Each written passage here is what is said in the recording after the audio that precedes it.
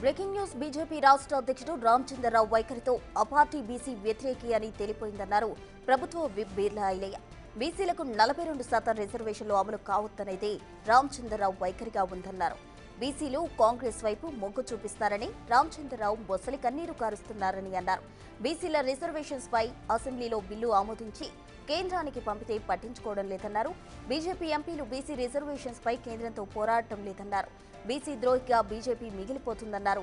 BJP BRS లోపాయికారి ఒప్పందంతో ordinance ను అడ్డుకోవాలని ప్రయత్నం చేస్తున్నాయన్నారు. బీసీ రిజర్వేషన్స్ అడ్డుకునే వారిని సహించమని అన్నారు.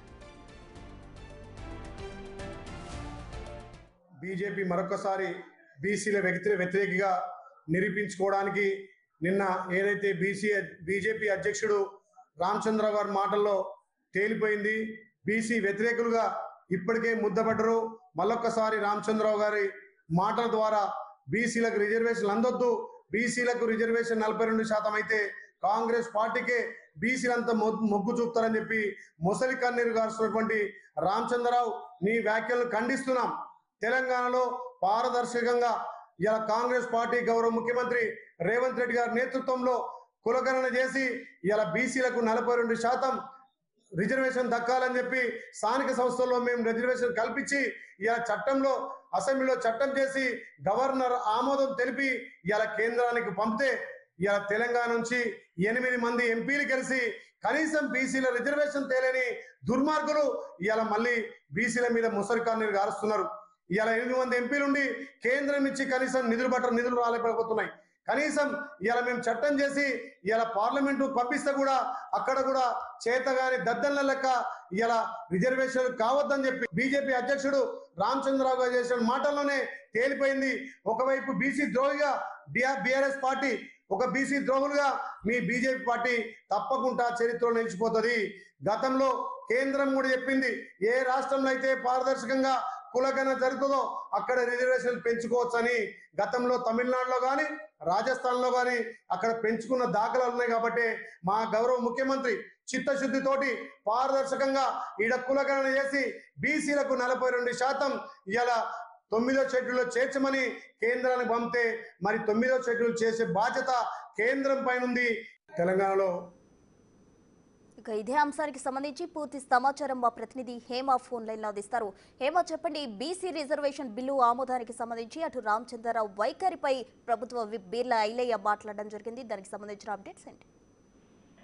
మొత్తానికి ప్రస్తుతం తెలంగాణ రాష్ట్రంలో బీసీకి సంబంధించినటువంటి వార్ కొనసాగుతుందనే చెప్పుకోవచ్చు. ఒకవైపు కామారెడ్డి డిక్లరేషన్ వేదికగా ఎప్పుడైతే కాంగ్రెస్ పార్టీ అధికారంలోకి రావడానికి పెద్ద ఎత్తున ఎక్కడికక్కడ ప్రచారం చేశారు. అందులో భాగంగా కామారెడ్డిలో ఏఐసీసీ అగ్రనేత రాహుల్ గాంధీ మాట్లాడుతూ తెలంగాణ రాష్ట్రంలో కాంగ్రెస్ వస్తే ఖచ్చితంగా బీసీ కులగణన చేస్తామని, కులగణన చేశాక తామెంత ఉంటే తమకు అంత రిజర్వేషన్ కల్పిస్తాము అంటూ కూడా పెద్ద ఎత్తున హామీ ఇచ్చారు. ఇందులో భాగంగానే తెలంగాణ రాష్ట్రంలో కాంగ్రెస్ ప్రభుత్వం ఏర్పడిన తర్వాత రాష్ట్ర వ్యాప్తంగా ఎంతో ప్రతిష్టాత్మకంగా కులగణన నిర్వహించారు. అందులో బీసీలు 42% ఉన్నారు అంటూ కూడా ఒక నంబర్ వచ్చిన తర్వాత పెద్ద ఎత్తున ప్రస్తుతం మరికొద్ది రోజుల్లో స్థానిక ఎన్నికలు రాబోతున్నాయి.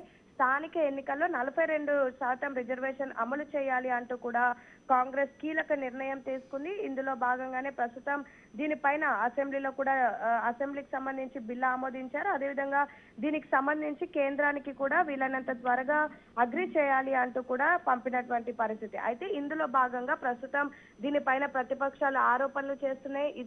ఇప్పటి వరకు మనం చూసాం, పెద్ద ఎత్తున బీఆర్ఎస్ నాయకులు కూడా ఇదంతా కూడా కేవలం రాజకీయంలో భాగంగానే చేస్తున్నారు, అసలు ఏ విధంగా 42% రిజర్వేషన్ అమలు చేస్తారు అంటూ కూడా పెద్ద ఎత్తున కామెంట్ చేసినటువంటి పరిస్థితి. ఇక ఈ రోజు బీజేపీ రాష్ట్ర అధ్యక్షుడు ఉన్నటువంటి రామచంద్రరావు కూడా ప్రస్తుతం ఈ బీసీ వ్యతిరేకగా కూడా మాట్లాడుతున్నారు అంటూ కూడా పెద్ద ఎత్తున కాంగ్రెస్ నేతలు ఆగ్రహం వ్యక్తం చేస్తున్నారు. ఈ రిజర్వేషన్ కి సంబంధించి ఈ రోజు రామచంద్రరావు కీలక వ్యాఖ్యలు చేశారు. సో దాని తర్వాత పెద్ద ఎత్తున కాంగ్రెస్ సంబంధించినటువంటి నాయకులంతా కూడా ఆగ్రహం వ్యక్తం చేసినటువంటి పరిస్థితి. సేమ్ టైం అటు ప్రభుత్వ విప్ గా ఉన్నటువంటి ఆది శ్రీనివాస్, అదేవిధంగా బీర్లా ఐలయ్య కూడా దీనిపైన మాట్లాడారు. ప్రస్తుతం బీసీ వ్యతిరేకగా బీజేపీపై ముద్ర పడుతుంది. బీసీలకు 42% రిజర్వేషన్ల అమలు కావద్దనేది రామచంద్రరావు మాటల్లో వైఖరిగా కనిపిస్తుంది. బీసీలు కాంగ్రెస్ వైపు మొగ్గు చూపుతారనే భయంతోనే ఇదంతా కూడా రామచంద్రరావు ముసలి కన్నీరు కారుస్తున్నారు అంటూ కూడా ఆయన చెప్పడం జరిగింది. సేమ్ టైం బీసీలకు ఏదో న్యాయం చేస్తామంటే ఒకవైపు బీజేపీ బీఆర్ఎస్ చెప్పినప్పటికీ కూడా కేవలం కాంగ్రెస్ పార్టీ బీసీల పట్ల నిలిచింది. ప్రస్తుతం రాష్ట్ర వ్యాప్తంగా ఉన్నటువంటి బీసీలంతా కూడా కాంగ్రెస్ వైపు చూస్తున్నారు.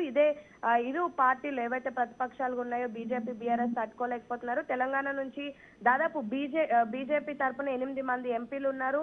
వాళ్ళంతా కూడా తెలంగాణ రాష్ట్రం నుంచి గెలిచారు. కానీ ఇప్పటి వరకు రాష్ట్రానికి నిధులు తీసుకురాలేకపోతున్నారు. సేమ్ టైం బీసీలకు 42% రిజర్వేషన్లు కోర్టు రాష్ట్ర అసెంబ్లీ బిల్లు ఆమోదించింది. కేంద్రానికి పంపితే కనీసం పట్టించుకోవడం లేదు. బీజేపీ నుంచి గెలిచినటువంటి 8 మంది ఎంపీలు కూడా బీసీ రిజర్వేషన్ల పైన కేంద్రంతో పోరాడడం లేదు. కానీ రాష్ట్రంలో మాత్రం మేము బీసీలకు మద్దతు తెలుపుతాము అని చెప్తున్నప్పటికీ కేంద్రంతో మాత్రం దీనిపైన ఎటువంటి పోరాటం చేయడం లేదు అంటూ కూడా పెద్ద ఎత్తున విమర్శలు చేశారు. సేమ్ టైం ప్రస్తుతం బీజేపీ బీఆర్ఎస్ ఇద్దరు కూడా బీసీ ద్రోహులుగా మిగిలిపోతారు. అందుకు కారణం ప్రస్తుతం రామచంద్రరావు చేసినటువంటి కామెంట్స్ అంటూ కూడా ప్రభుత్వ విప్లు అదేవిధంగా కాంగ్రెస్ నాయకులు ఆగ్రహం వ్యక్తం చేసినటువంటి పరిస్థితి. Right, thank you Hema.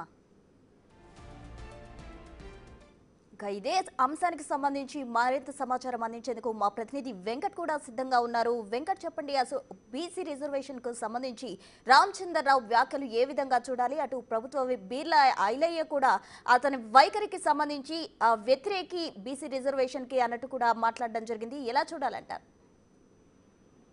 ప్రస్తుతం బీజేపీ వైఖరి బీసీ రిజర్వేషన్లకు సంబంధించి చాలా స్పష్టంగా చెబుతోంది. రామచంద్రరావు కాదు, మిగతా బీజేపీ ఎంపీలు కావచ్చు, ఎమ్మెల్యేలు కావచ్చు, చాలా స్పష్టంగా చెబుతున్నటువంటి నేపథ్యం. బీసీ రిజర్వేషన్లకు వ్యతిరేకం కాదు, కానీ బీసీలలో 10% రిజర్వేషన్ ముస్లింలకు ఇచ్చినటువంటి రిజర్వేషన్ తీసివేస్తే బీసీలకు సంపూర్ణంగా మద్దతు తెలుపుతామనేది చాలా స్పష్టంగా బీజేపీ చెబుతోంది. కానీ ప్రభుత్వం ఇక్కడ చాలా టెక్నికల్ గా బీసీ రిజర్వేషన్ 42% లో 10% ముస్లిం రిజర్వేషన్ చేర్చి 42% ఢిల్లీకి ఏదైతే కేంద్ర ప్రభుత్వానికి పంపించింది. 9th షెడ్యూల్లో చేర్చాలి, దానికి అధికారికంగా న్యాయపరంగా వచ్చే ఏవైతే సమస్యలు ఉంటాయో అది తొలగిపోవడానికి 9th షెడ్యూల్లో చేర్చాలనేది ప్రభుత్వం పంపించింది. కానీ 9th షెడ్యూల్ ఏదైతే 42% 9th షెడ్యూల్లో చేర్చడానికి సుప్రీంకోర్టు లీగల్ గా కొన్ని సమస్యలు వస్తాయి. ఆ సమస్యలు తెలిసి కూడా కాంగ్రెస్ ప్రభుత్వం ఏ విధంగా 9th షెడ్యూల్లో చేస్తుంది, లీగల్ సెల్ లేదా కాంగ్రెస్ పార్టీకి లీగల్ సెల్ కావచ్చు, లేకపోతే నిపుణులు కావచ్చు, లేకపోతే ఇంకొక సీనియర్ నేతలు కావచ్చు, వీళ్ళందరూ ఉండి కూడా కాంగ్రెస్ ప్రభుత్వం కావాలనే 9th షెడ్యూల్లో చేర్చాలని పంపించింది. ఇది బీసీ సమాజాన్ని మోసం చేసినట్టు అనేది చాలా స్పష్టంగా చెప్తుంది. 9th షెడ్యూల్ సంబంధించి అనేక రాష్ట్రాల్లో ఇప్పటికే సుప్రీంకోర్టులో లీగల్ గా చాలా అడ్డంకులు వచ్చినాయి. అది అక్కడికే చాలా రాష్ట్రాల్లో పెండింగ్ లో ఉంది. ఇక్కడ మతపరమైనటువంటి రిజర్వేషన్ ముస్లింలకు ఏదైతే 10% ఇస్తున్నారో ఈ 10% పూర్తిగా విరుద్ధంగా ఉంది. ఇది బీజేపీ పూర్తిగా వ్యతిరేకిస్తుంది అనేది బీజేపీ ముందు నుంచి కూడా చెప్తోంది. ఈ 10% ముస్లింల రిజర్వేషన్ తీసేసి మిగతా 42% బీసీలకు ఇవ్వాలనేది ముందు నుంచి చెప్తున్నటువంటి అంశం. కాబట్టి ఇప్పుడు ఈ 9th షెడ్యూల్ కు సంబంధించిన లీగల్ అంశాలు అనేక అడ్డంకులు వస్తాయని తెలిసి కూడా ఏ విధంగా 9th షెడ్యూల్లో చేర్చాలంటూ పంపించింది. ఇది బీసీ సమాజాన్ని మోసం చేసినట్టు అనేది బీజేపీ చాలా స్పష్టంగా ముందు నుంచి చెప్తుంది.